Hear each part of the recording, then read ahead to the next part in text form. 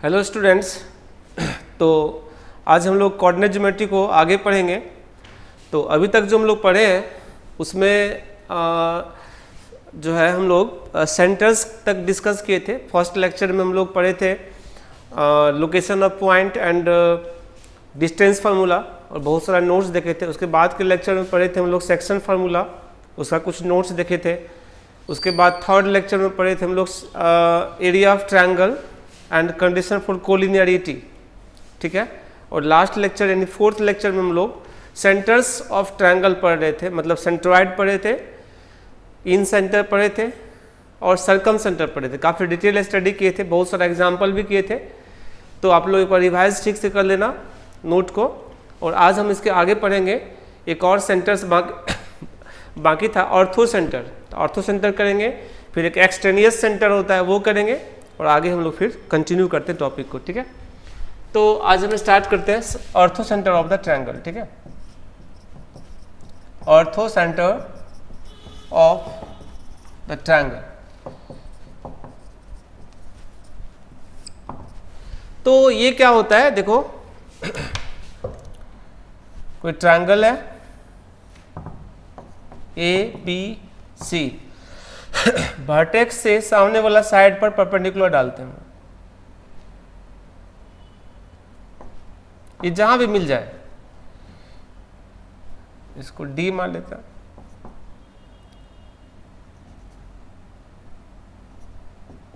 E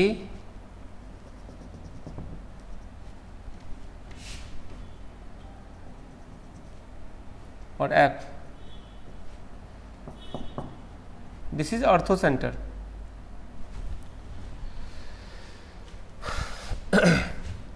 ए का coordinate है x1, y1, B है x2, y2 और C है x3, y3।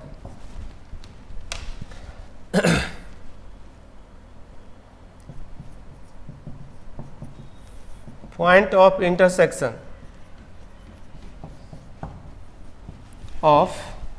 Intersection of perpendiculars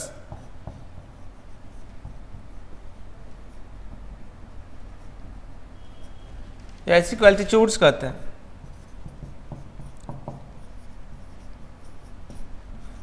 of the triangle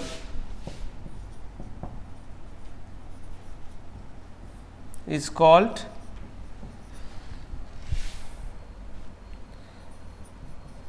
ortho centre of that triangle. इसका भी कोई मीनिंगफुल सिंबल नहीं है। जैसे सेंट्रॉइड का G और इन सेंटर का I से डिनोट करते हैं। सर्कम सेंटर और ऑर्थो सेंटर का फिक्स्ड सिंबल नहीं होता है कोई खास, ठीक है। Here AD, BE and CF, AD, BE and CF are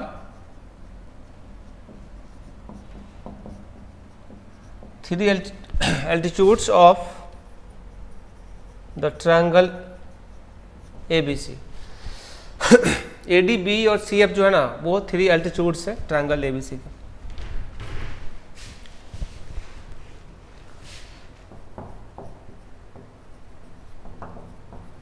coordinate of ortho centre,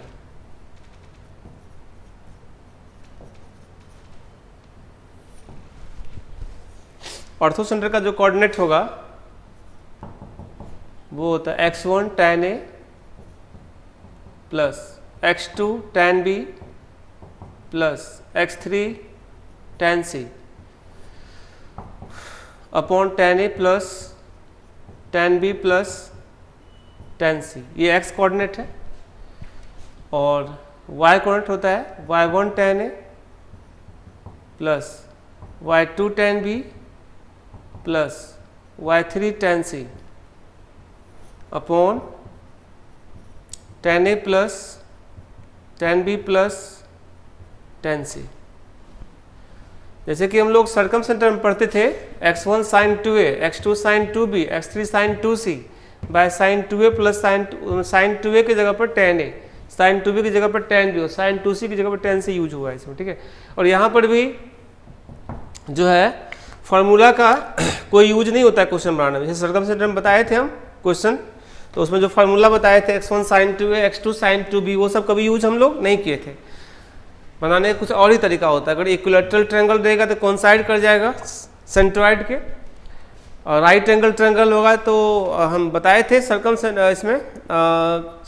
में क्या होता है, हाइपोटेन्यूस का मिड पॉइंट, और जनरल ट्रायंगल रहेगा तो सेंट्रॉइड ये सर्कमसेंटर को मान लेंगे और वर्टिसेस से डिस्टेंस इक्वेट करेंगे, है ना। ऐसे सर्कमसेंटर निकालने का और भी मेथड है, आगे तुम लोग पढ़ोगे सर्कल चैप्टर, उसमें भी कई सारा मेथड डिस्कस करेंगे सर्कमसेंटर का। 2 और मेथड वहाँ पे डिस्कस करेंगे। एक स्ट्रेट लाइन से भी डिस्कस कर सकते हैं, एक सर्कल से भी कर सकते हैं। This is summation of x1 tan a by summation of tan a, summation of y1 tan a by summation of tan a। Short में लिखा गया है। ऐसे इस फॉर्मूला कोई खास ज़्यादा यूज नहीं होता है ना क्वेश्चन बनाने में। ठीक है, नोट कर लिया।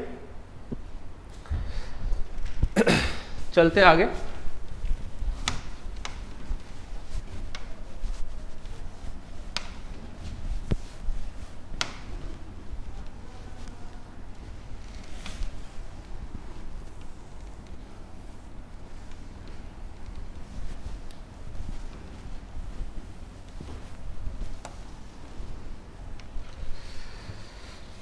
इसमें जो सबसे इंपॉर्टेंट बात है, इस पे क्वेश्चन रहता है, if triangle is right angled triangle,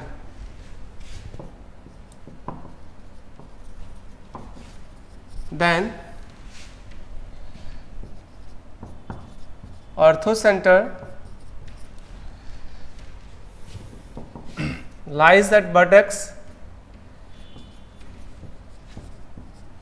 here right angle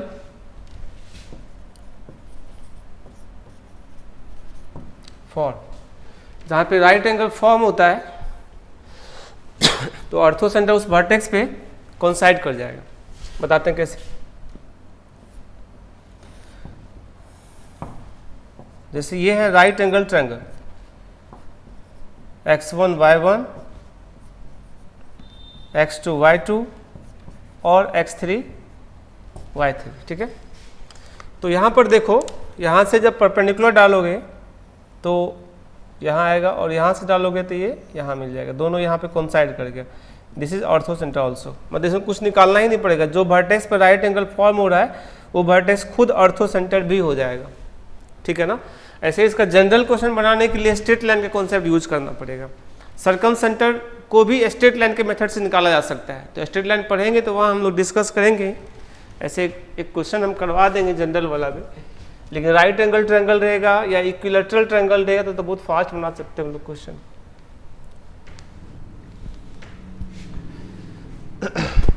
जैसे एक क्वेश्चन करते हैं, find orthocenter of the triangle with vertices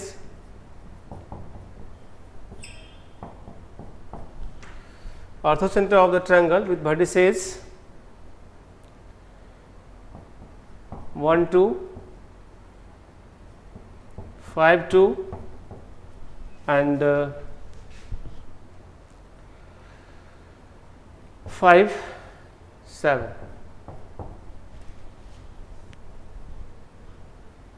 ऐसा कुछ है, ठीक है। अब यहाँ पर देखो, पहले क्वेश्चन एक और लिखते हैं। अगला क्वेश्चन -2 0 -1 √3 एंड 0 0। ये तो तुमको लग रहा होगा इक्विलैटरल ट्रायंगल है, बताए थे पीछे कॉन्सेप्ट पिछले क्लास में, ठीक है। बट हम देखते हैं सॉल्व करके। तो देखो बेटा, फर्स्ट क्वेश्चन सॉल्व करते हैं। ए का कोऑर्डिनेट है 1 2, बी का कोऑर्डिनेट है 5 2 और सी का कोऑर्डिनेट है 5 7। तो हम ए बी स्क्वायर निकालते हैं, चेक कर लेते हैं ट्रायंगल कैसा है। अगर इक्विलैटरल निकल जाए या फिर राइट एंगल ट्रायंगल निकल जाए तो फिर हम लोग एफर्टलेस है, बहुत बहुत इजीली बना सकते हैं हम लोग, है ना। ए बी स्क्वायर क्या देगा, 5 - 1 4 का स्क्वायर 16, हाँ बस 16 हो गया। बी सी स्क्वायर 0 और ये 7 - 2 5 का स्क्वायर 25 और सी स्क्वायर 4 का स्क्वायर 16 और प्लस 5 का स्क्वायर 41, 16 + 25 दैट इज 41। तो यहाँ पर हम देख पा रहे हैं कि A B square plus B C square is equal to A C square हो रहा है। इसका मतलब है कि एंगल बी है 90 डिग्री, इसीलिए ऑर्थो सेंटर बराबर वर्टेक्स बी और इसका कोऑर्डिनेट क्या है 5 2, ये खुद ऑर्थो सेंटर भी हो जाएगा, ये आंसर होगा। जहाँ पे राइट एंगल फॉर्म हुआ वो वर्टेक्स खुद ऑर्थो सेंटर भी हो जाएगा, ठीक है। तो हम आगे बढ़ते हैं।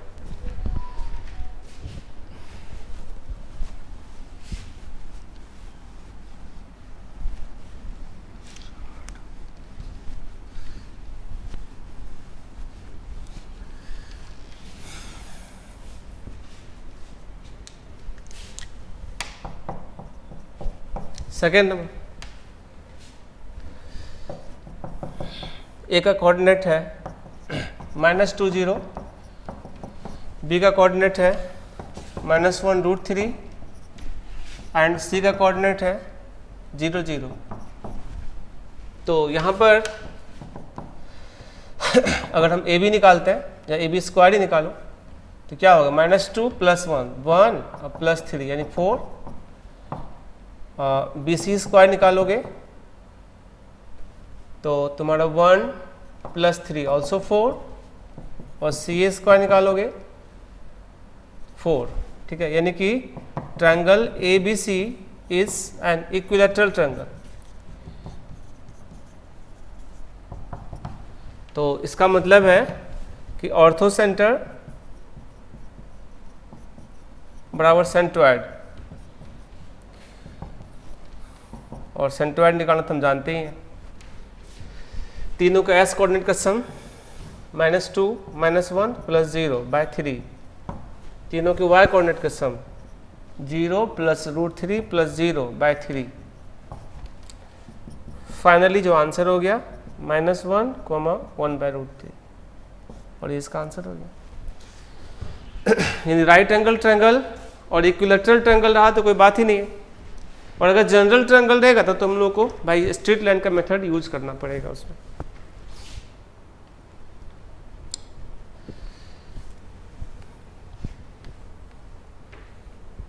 इक्विलैटरल में देखो कैसे हो रहा था,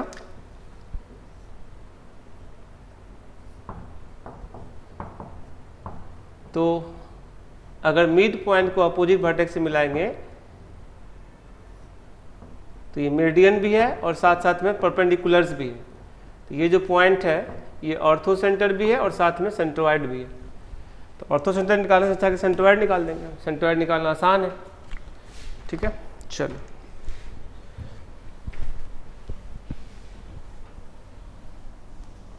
एक क्वेश्चन हम देखते हैं जनरल वाला, हालांकि समझ में अभी थोड़ा कम आएगा लेकिन फिर भी एक बार हम लोग ट्राई करते हैं। चूँकि स्ट्रेट लाइन जब पढ़ेंगे तो वहाँ हम ऑलरेडी ऐसा क्वेश्चन करेंगे, लेकिन फिर भी एक क्वेश्चन कर लेते हैं। ये IIT में 2003 में पूछा हुआ है, ठीक है। इधर भी करंट ईयर में बहुत सारा क्वेश्चन आया हुआ है इस पर। Ortho centre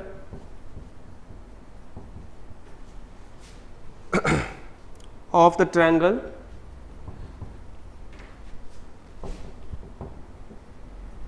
ortho center of the triangle with vertices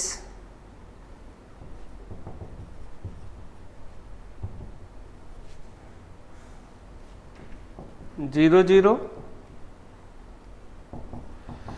3 4 and 4 0 is option A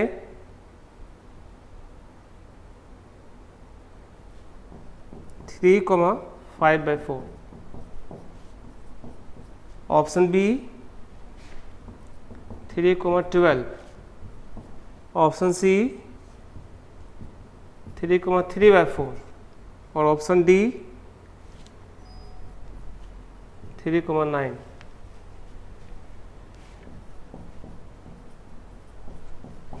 ठीक है, ये 4 ऑप्शन है इसको बनाने के लिए। तो यहाँ पर हम लोगों को देखना होगा कि ट्रायंगल कैसा है। अगर राइट एंगल ट्रायंगल निकल जाए या इक्विलेटरल तो बहुत अच्छा होगा, लेकिन अगर जनरल निकलेगा तो हम लोगों को स्ट्रेट लाइन का यूज करना पड़ेगा। हालांकि स्ट्रेट लाइन अभी तुम लोग नहीं पढ़े हो, एकदम से अगर नहीं आता है तो इसका सॉल्यूशन समझ में थोड़ा कम आएगा। ठीक है, जो लोग थोड़ा वो जानते हो उसको समझ में आएगा। तो देखो, पहले तो हम पॉइंट को प्लॉट करते हैं।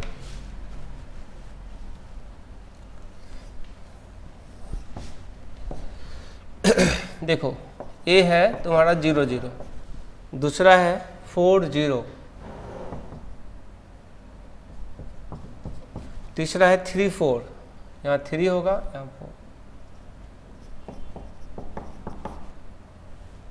देखने में ही लग रहा है कि ये जो है तुम्हारा राइट ट्रायंगल तो नहीं है, शायद इक्विलेटरल भी नहीं होगा, क्योंकि ये 3 के सामने है इसका वर्टेक्स।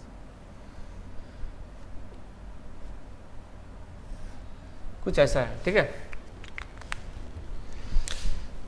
मतलब ये 1 2 3 4 ऐसा कुछ मेजरमेंट करके हम लिखे हैं, 1 2 3 4। ठीक है,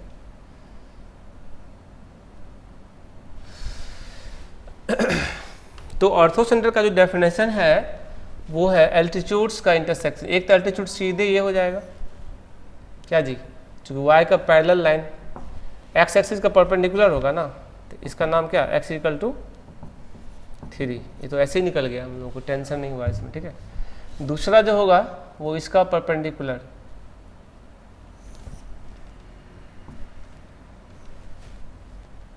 और ये ऑर्थोसेंटर होगा, यही निकालना है। तो ये लाइन तो पता ही है, और अगर ये लाइन का क्वेश्चन मान लो ये जनरल क्वेश्चन रहता है तो इस लाइन का क्वेश्चन निकालना पड़ता है। इसका स्लोप निकालते, इस लाइन का स्लोप निकालते और इससे पास करवाते, पॉइंट स्लोप फॉर्म में क्वेश्चन निकालते, तो थोड़ा सा स्ट्रेट लाइन का यूज करना पड़ता है। ये थोड़ा इजी है फिर भी। चलो देखते हैं, BC का स्लोप निकालते हैं।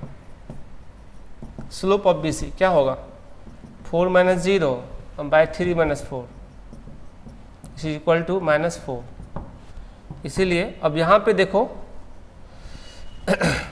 AO जो है वो परपेंडिकुलर है किसके, BC के। इसका मतलब AO का जो स्लोप होगा वो -1/BC का स्लोप होगा। ये रूल है, दो परपेंडिकुलर लाइन का स्लोप का जो प्रोडक्ट होता है ना वो -1 होता है, तो यानी कि ये 1/4 हो गया। किसका स्लोप हो गया, AO का। ऑरिजिन से ये पास कर रहा है,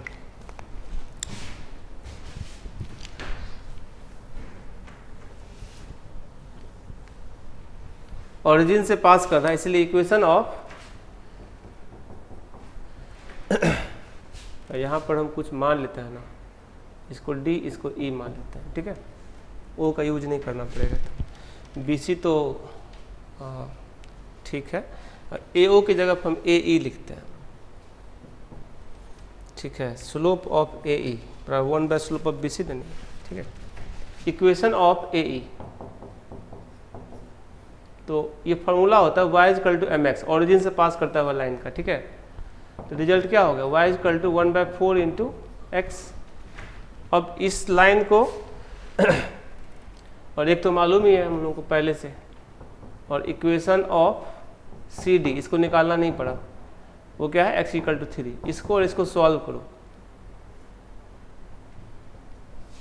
सॉल्व फर्स्ट एंड सेकेंड। तो x का वैल्यू 3 पुट कर दोगे, x तो 3 ही है, और y निकालने के लिए 3 पुट कर दोगे तो क्या हो जाएगा, 3/4। 3,3/4, ऑप्शन सी इज करेक्ट। अब यही जनरल क्वेश्चन रहता है, स्ट्रेट लाइन का प्रॉपर यूज करके हम बनाते। ठीक है, तो हम लोग अब जो है आगे बढ़ते हैं और कुछ इससे रिलेटेड कुछ नोट्स पढ़ते हैं। ठीक है,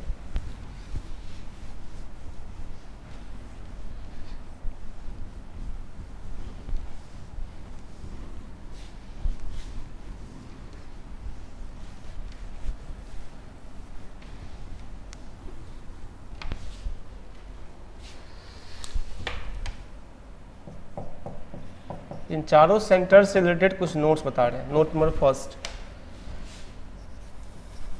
इन an equilateral triangle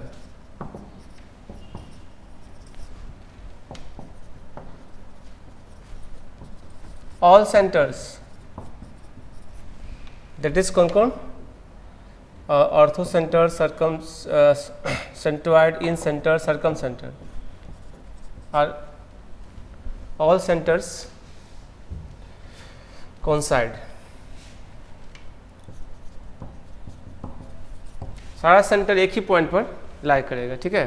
that is all centres lie at same position।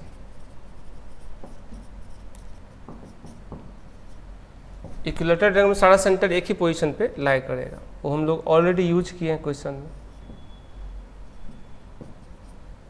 ये इक्विलैटरल ट्रायंगल है, तो ये मेरिडियन है,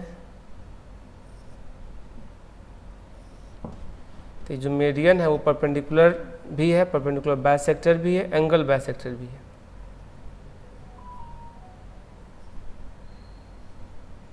इसीलिए जो रिजल्ट, और ये बाइसेक्टर है, तो ये जो है ऑर्थो सेंटर भी है, सेंट्रोइड भी है, इन सेंटर भी है और सर्कम सेंटर भी, सब कोइंसाइड करके है। इसीलिए इक्विलैटरल ट्रायंगल जब होता है तो हम लोग सिर्फ सेंट्रोइड निकालते हैं, है ना। सेंट्रोइड इजी होता है निकालना।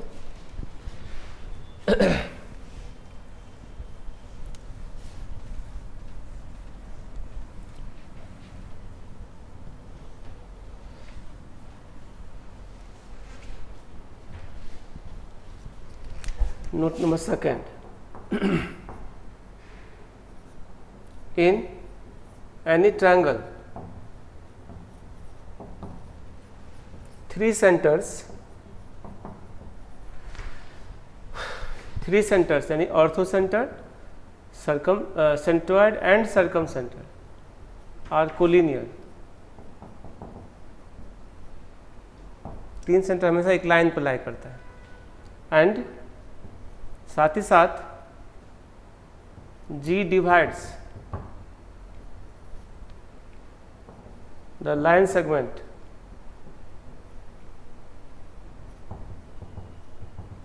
joining orthocenter circumcenter in ratio 2:1। That is हम ये कह सकते हैं कि OG इज to GC dash is equal to 2:1। बहुत इंपॉर्टेंट पॉइंट है, यानी कि ये जो फॉर्मूला है एक्सेप्ट इक्विलैटरल ट्रायंगल,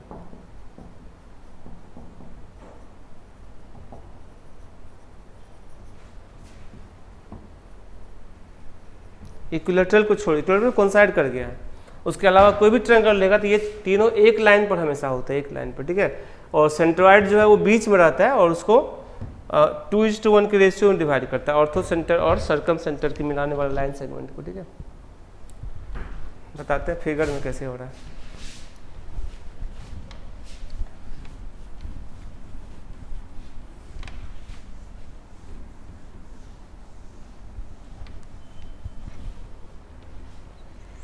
यानी कि O, G और C dash, O for ortho centre, G for circum क्या सेंट्रोइड ना,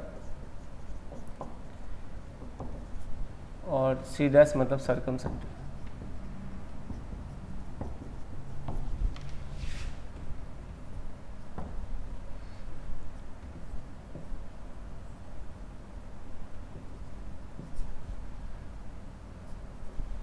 दिस इज 2:1, ये रेशियो बनाता है, ठीक है। कैसे बनाता है फिगर में हम समझ सकते हैं, देखो कैसे। कोई ट्रायंगल बनाओ,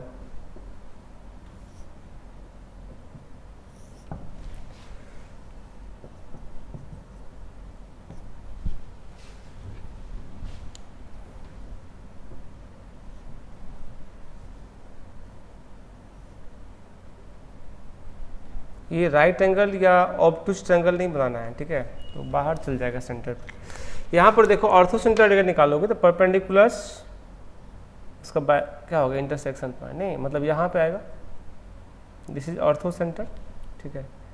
इसके मिड पॉइंट को मिला होगा अपोजिट वर्टेक्स से, तो क्या होता है,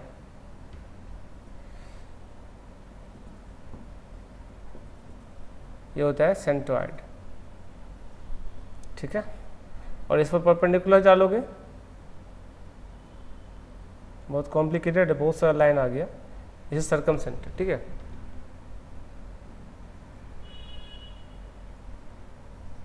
यहाँ मिल रहा है, और ये तीनों देखो एक लाइन पर आ रहा है। ठीक है, यहाँ पर देखो ऑर्थो सेंटर, सर्कम सेंटर और centroid. Ortho centre, centroid, circum centre, ये 2:1 का रेशियो बनाता है। ठीक है,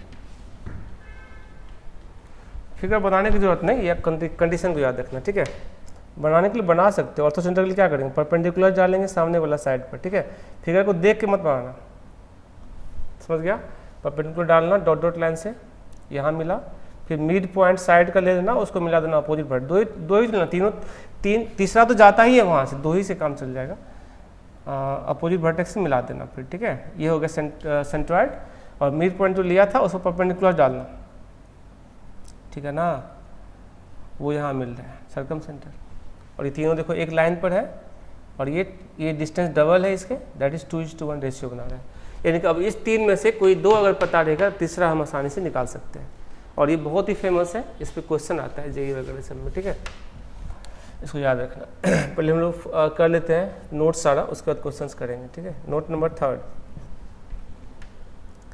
इन isosceles triangle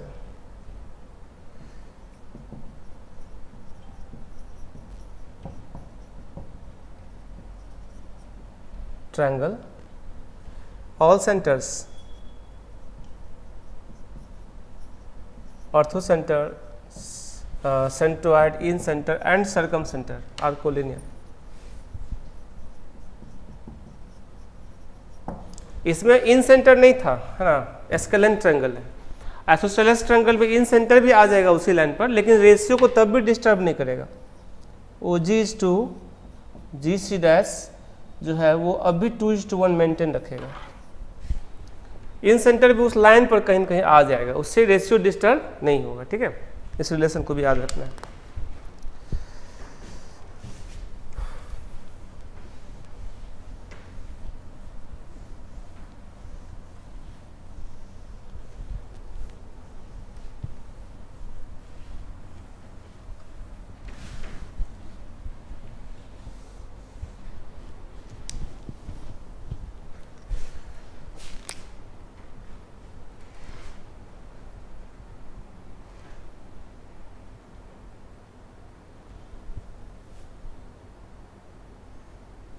fourth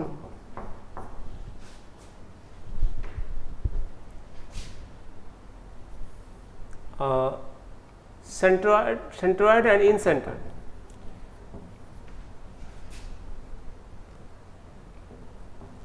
always lies inside the triangle। Centroid और इन सेंटर हमेशा ट्रायंगल के इन साइड लाई करता है, चाहे ट्रायंगल कैसा भी हो, ऑब्टूज ट्रायंगल हो या राइट एंगल ट्रायंगल हो या एक्यूट एंगल ट्रायंगल हो, किसी भी स्थिति में जो सेंट्रॉइड और इन सेंटर होगा ट्रायंगल के अंदर ही हमेशा होगा।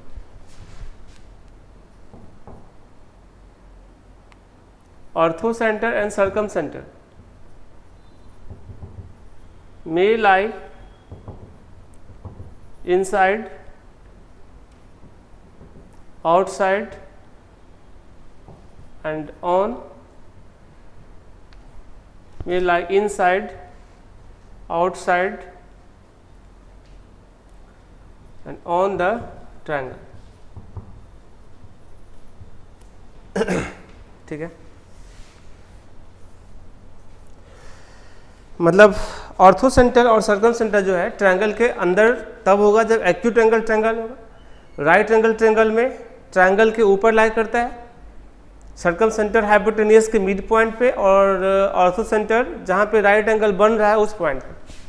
और जब ऑब्टूज ट्रायंगल होगा तो दोनों बाहर निकल जाएगा। ठीक है, तो हम दो को आदत देख चुके हैं, एक्यूट एंगल ट्रायंगल का मेन फिगर में देखे थे, और राइट एंगल ट्रायंगल का हम ऑलरेडी नोट्स में मतलब डिस्कस किए थे पॉइंट में। ठीक है, ऑब्टूज ट्रायंगल में कैसे बनता है वो अभी देखेंगे।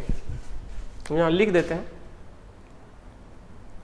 Acute angle triangle,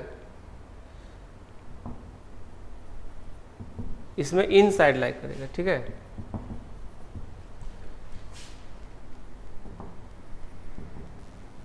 right angle triangle, इसमें ऑन द ट्रायंगल,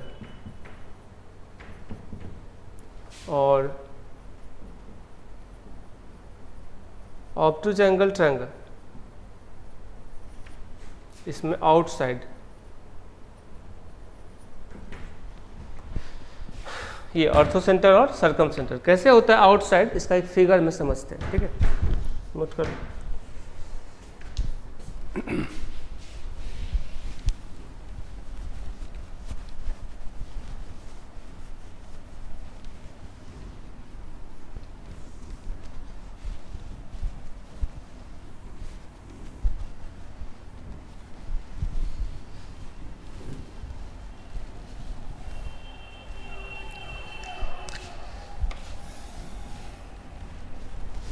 तो देखो बेटा, एक हम बनाते हैं ऑब्टूज ट्रायंगल,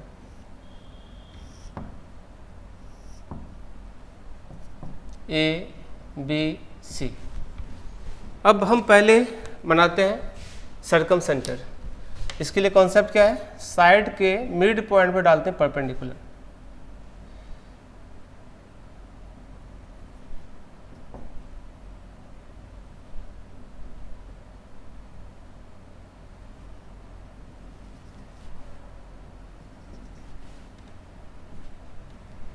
तीसरा तो ऑलरेडी यहाँ से जाएगा ही, ठीक है। 2 से ही हमारा काम चल जाता है।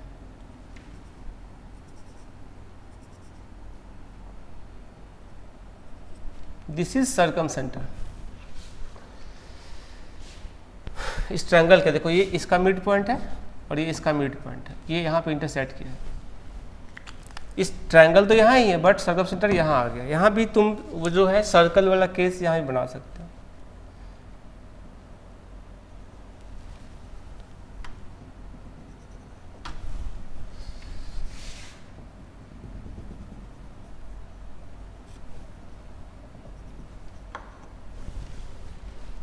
ये रेडियस है, ये भी रेडियस है। थोड़ा सा और हम इसको अच्छा करते हैं, चलो ऑलमोस्ट ठीक है।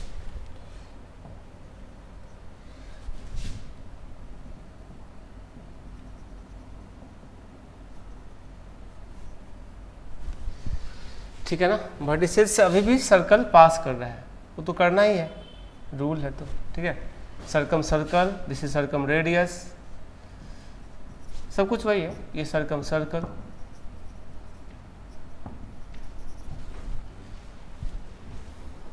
सर्कल बनाने का जरूरत नहीं था, हम लोग को ये दिखाना था कि कैसे ट्रायंगल के बाहर गया।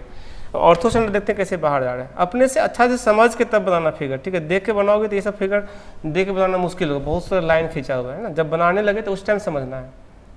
उसे देखो,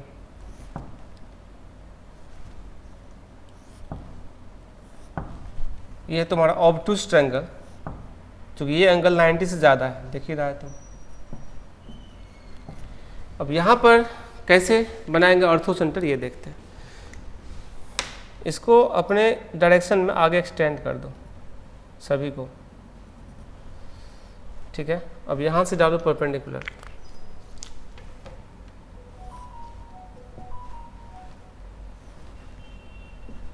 ये यहाँ मिल रहा है, दिस इज ऑर्थो सेंटर।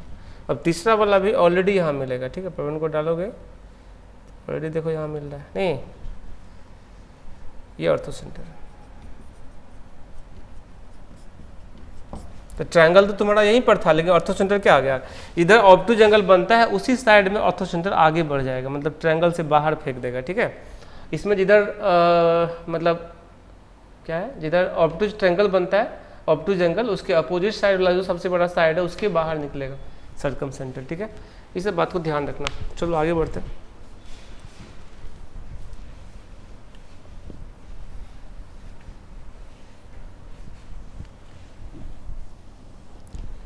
एक पॉइंट है जो बहुत पहले ही हमको करना था, उसको हम यहाँ नोट में करवा रहे हैं।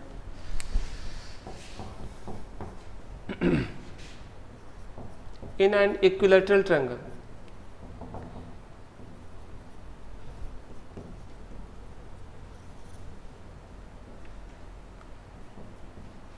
At least one vertex must be irrational coordinate. Equilateral triangle का कम से कम एक वर्टेक्स जो है इरेशनल कोऑर्डिनेट जरूर होगा, या हम ये कह सकते हैं इसको, if all vertices of a triangle are rational coordinate, then it is never equilateral. मतलब अगर सारा वर्टिसेस रेशनल कोऑर्डिनेट है, यानी एक्स कोऑर्डिनेट वाई कोऑर्डिनेट दोनों रेशनल है, तो वो ट्रायंगल कभी भी इक्विलैटरल नहीं हो सकता है ना। अदर ट्रायंगल कुछ होगा, लेकिन ऐसे भी तुम देखा था पीछे इक्विलैटरल ट्रायंगल में क्या एक √3 आ रहा था, मतलब इरेशनल था नहीं। ऐसे में इसको प्रूव भी कर देते हैं पॉइंट।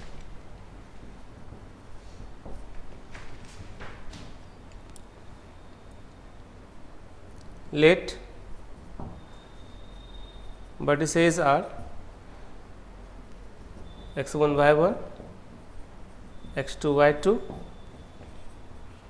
x3 y3, ठीक है। और यहाँ पर here x1 x2 x3 y1 y2 y3 are rational.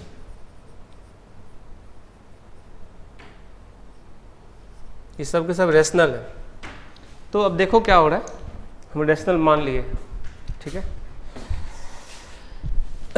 आगे चलते हैं।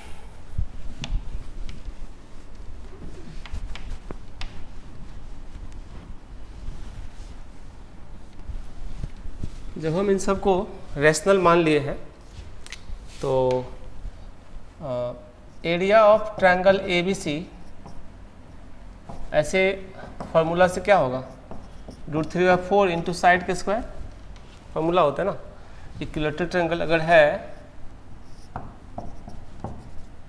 और साइड का लेंथ a है तो ये फार्मूला होता है। और लेफ्ट हैंड साइड से अगर देखोगे तो ये फार्मूला ऐसे होता है, half into summation of x1 into क्या चाहिए y2 माइनस y3, जो कि हम पढ़े थे 10th क्लास में भी, ठीक है, बराबर √3/4 इंटू साइड का स्क्वायर। अब ये देखो तुम लोग, ये जो कॉम्बिनेशन है हमेशा रेशनल देगा, ठीक है,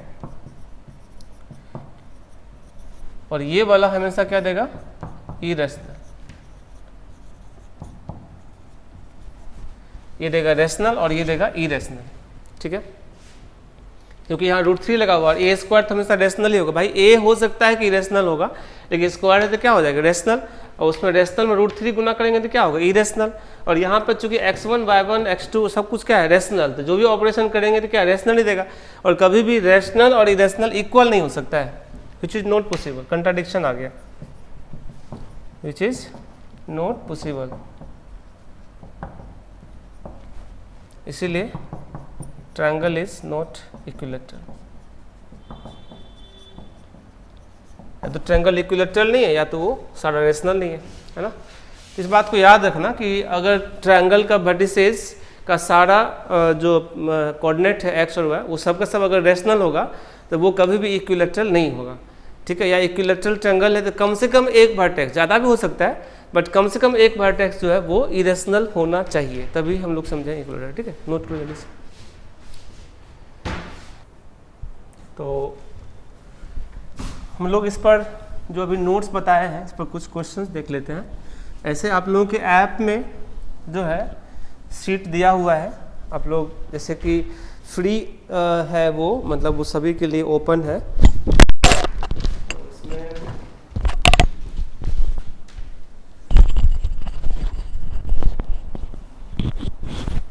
आप जाना स्टडी मटेरियल में कोऑर्डिनेट के अंदर आपको चैप्टर बाय चैप्टर दिया हुआ है और पॉइंट एंड लोकस एक साथ दिया हुआ है, ठीक है। उसी चैप्टर को आप लोगों को बनाना है, उसी का एक क्वेश्चन हम अभी देखते हैं, ठीक है। देखिए क्वेश्चन नंबर ऐसे 30 है सीट का दिया हुआ, if ortho centre and circum centre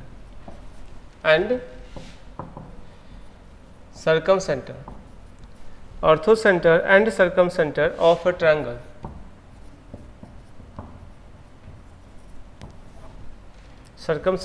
a triangle are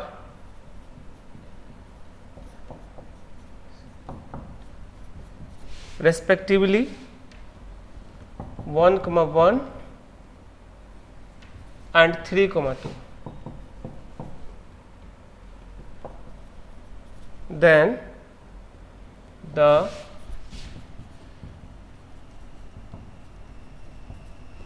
coordinate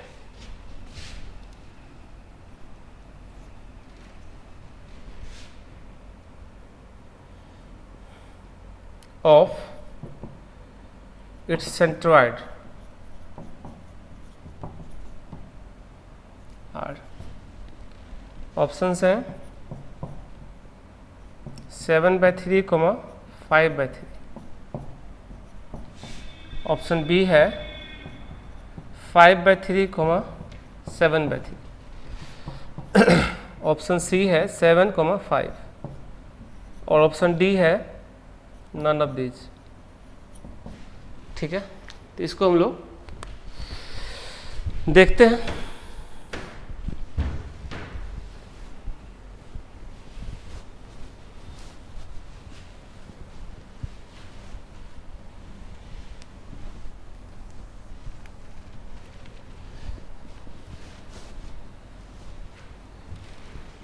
देखो, जैसे कि क्वेश्चन कह रहा है ऑर्थो सेंटर और सर्कम सेंटर दिया हुआ और सेंट्रोइड निकालना है। ये 2:1 होता है, ये हम जानते हैं।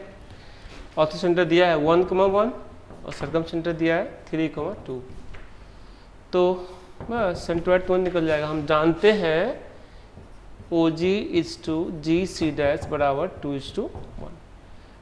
तो G का जो कोऑर्डिनेट होगा क्या हो जाएगा, 2 × 3 6 प्लस 1/3, 2 × 2 4 प्लस 1/3, फाइनली क्या हो गया 7/3 और 5/3। Option A is correct.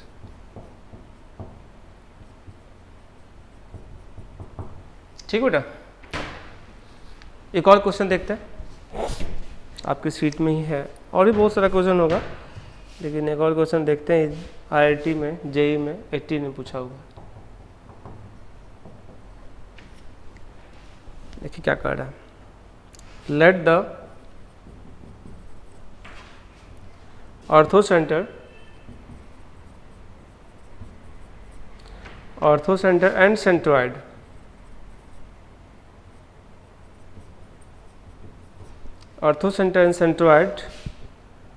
through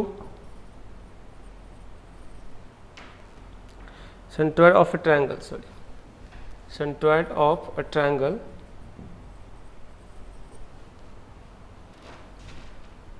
B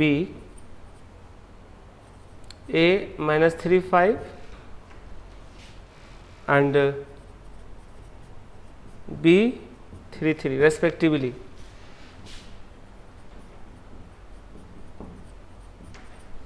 respectively, ठीक है, full stop. If C is the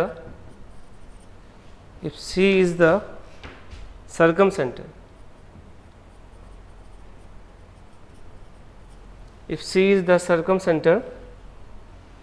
of this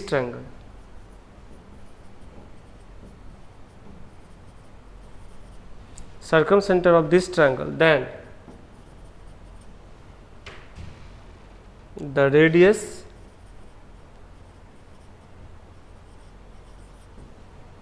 of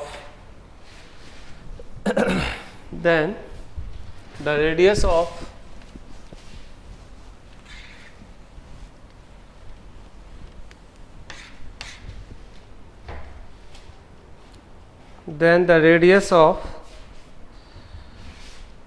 the circle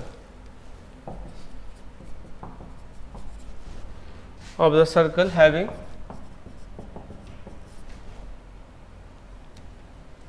line segment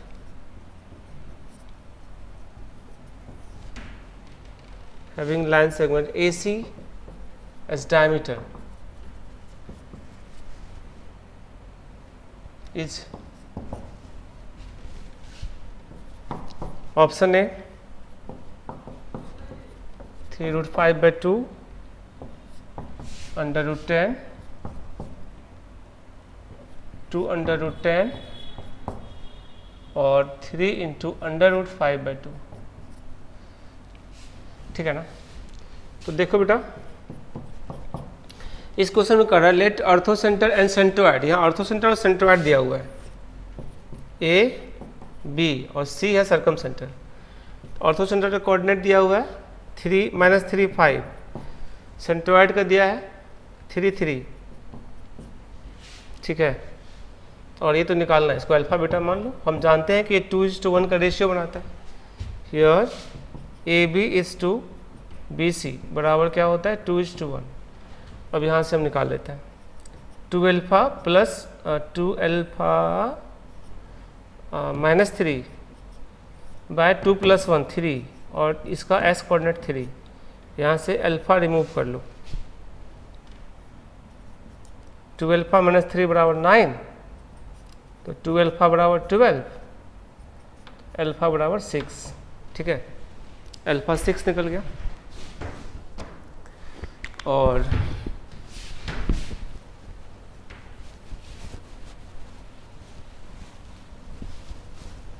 फिर जो है y कोऑर्डिनेट के साथ काम करते हैं, 2 बीटा + 5/3 = also 3, 2 बीटा + 5 = 9, 2 बीटा = 4, तो बीटा कितना हो गया 2, यानी कि circum centre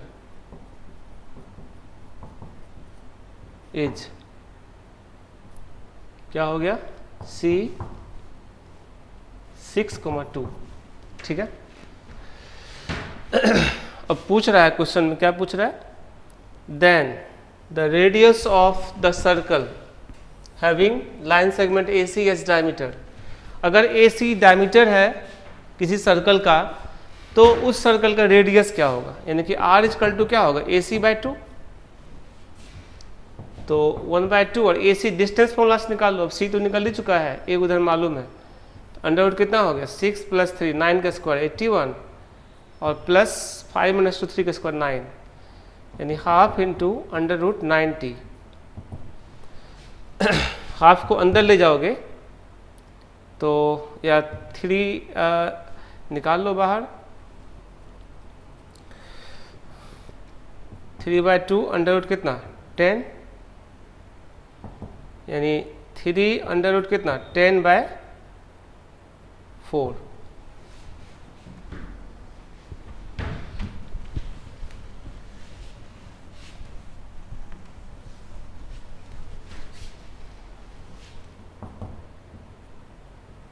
three into under कितना हो गया 10/4, मतलब 3 इंटू √5/2। ये आंसर है, ऑप्शन डी इज करेक्ट। बहुत सारे स्टूडेंट इस क्वेश्चन में जो है ना यहाँ तक आंसर ले आया था, उसके बाद ये नहीं ला पाया था, गलत हो गया उसको। ठीक है, थोड़ा सा अजीब टाइप का सेट किया है, क्योंकि ऑप्शन इस तरह का दिया है, इसलिए यहाँ तक हम लोग को लाना पड़ेगा। ऐसे आंसर तो यही क्लियर हो गया है। ठीक है बेटा, तो ये जो हम पढ़ रहे हैं, ये जो है सेंटर्स के बीच रिलेशन है। एक एक्सटेनियस सेंटर होता है, मतलब ट्रायंगल के बाहर सेंटर बनता है, वो क्या होता है उसको बता देते हैं। नोट कर लिया।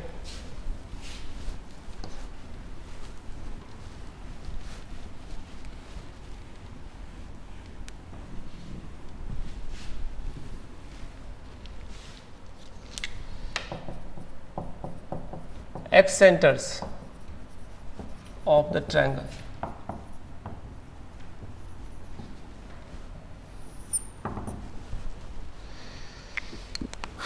क्या होता है देखो, यहाँ पर ट्रायंगल छोटा सा बनाना, ठीक है, बड़ा बनाओगे तो फिगर बहुत ज़्यादा बड़ा बन जाएगा।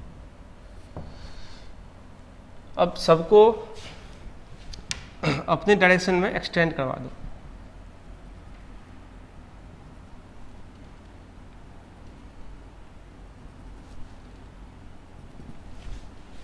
ठीक है, ए बी सी,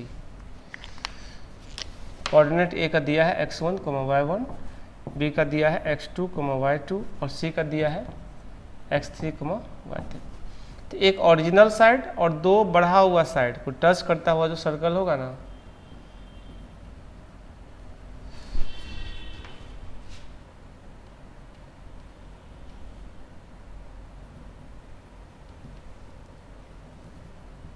ये बड़ा सर्कल बन जा रहा है। ठीक है, क्योंकि ट्रायंगल जितना बड़ा लोगे ना उसी हिसाब से बनेगा। इसलिए हम बोले थे कि फिगर को, ट्रायंगल को छोटा बनाना है। ये जो सेंटर है इसको हम I1 या E1 से डिनोट करते हैं और इसके रेडियस को R1 से डिनोट करते हैं। ठीक है, इन रेडियस कहलाता है, ये एक्स रेडियस सॉरी, और ये एक्स सेंटर कहलाता है इस वर्टेक्स के रेस्पेक्ट में। अब इस वर्टेक्स का रेस्पेक्ट निकालोगे तो कुछ ऐसा होगा।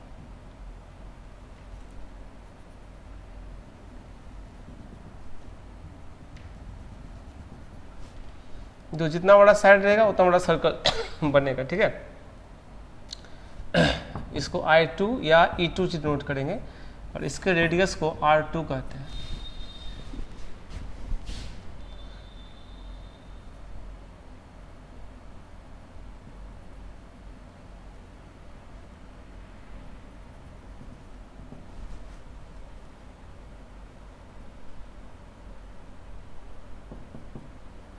I3 और E3 और ये है R3।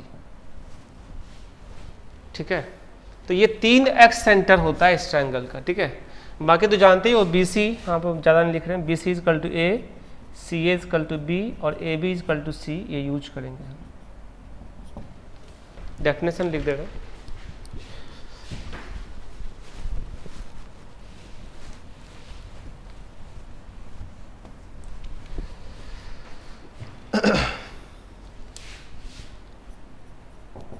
Center of the circle which touch the side BC and extended portion of sides AB and AC है ना, is called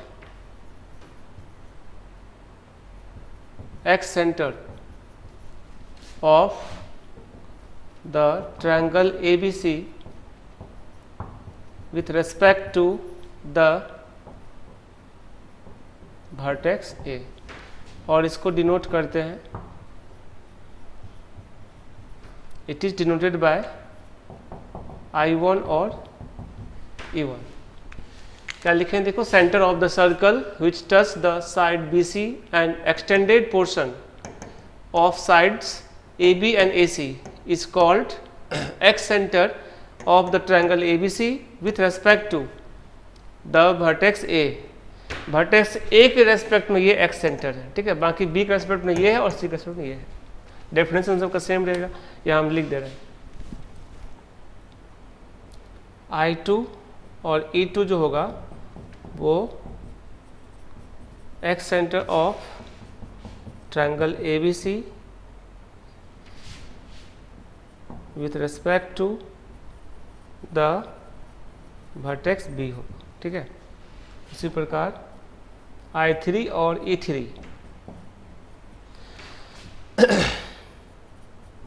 X centre of triangle ABC with respect to the vertex C, vertex C के respect में हो गया I3 और E3। ठीक है, note कर लो जल्दी से। चलो आगे देखते हैं।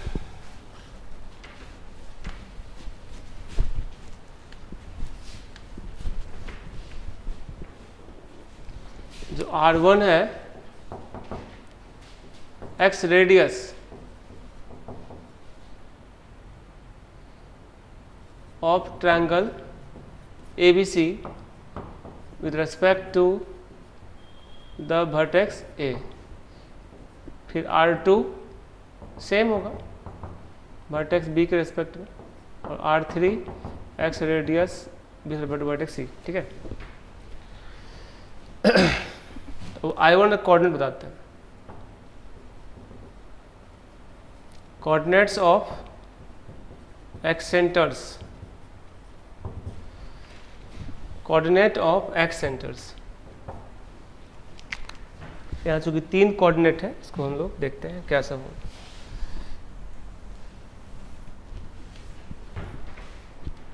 अगर हम I1 का कोऑर्डिनेट लिखते हैं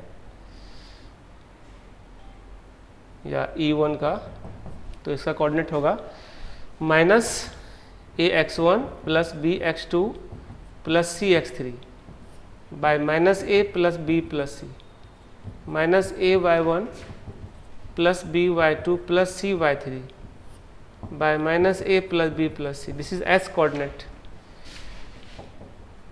I2 और E2, मतलब दिस इज I1। ठीक है, अब यहाँ देखो इन सेंटर का तुम लोग पढ़े थे फॉर्मूला, वही है लगभग, है ना। ax1 bx2 plus cx3 by a plus b plus c पढ़े थे। अब चूंकि a के अपोजिट साइड ये सेंटर लाई कर रहा था, इसलिए a को -a से रिप्लेस कर दिए दोनों कोऑर्डिनेट में। ठीक है, सिमिलरली तुम I2 को बता सकते हो कि क्या होगा, यहाँ पर b की जगह -b यूज करेंगे जो इन सेंटर का फॉर्मूला था, यानी क्या हो जाएगा बेटा, ax1 minus bx2 plus cx3 by a minus b plus c, ay1 minus by2 plus cy3 a minus b plus c। उसी प्रकार I3 और E3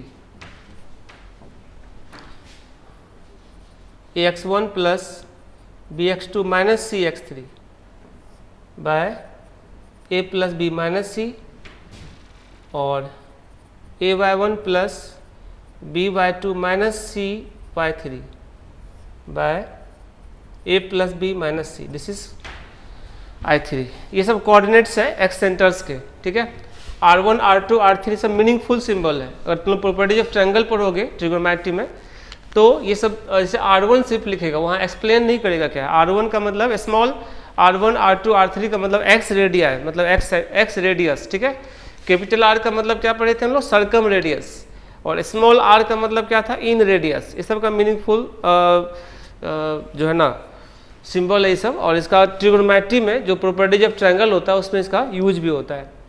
और इसके बाद हालांकि ये सेंटर्स हम लोग कंप्लीट कर लिए हैं।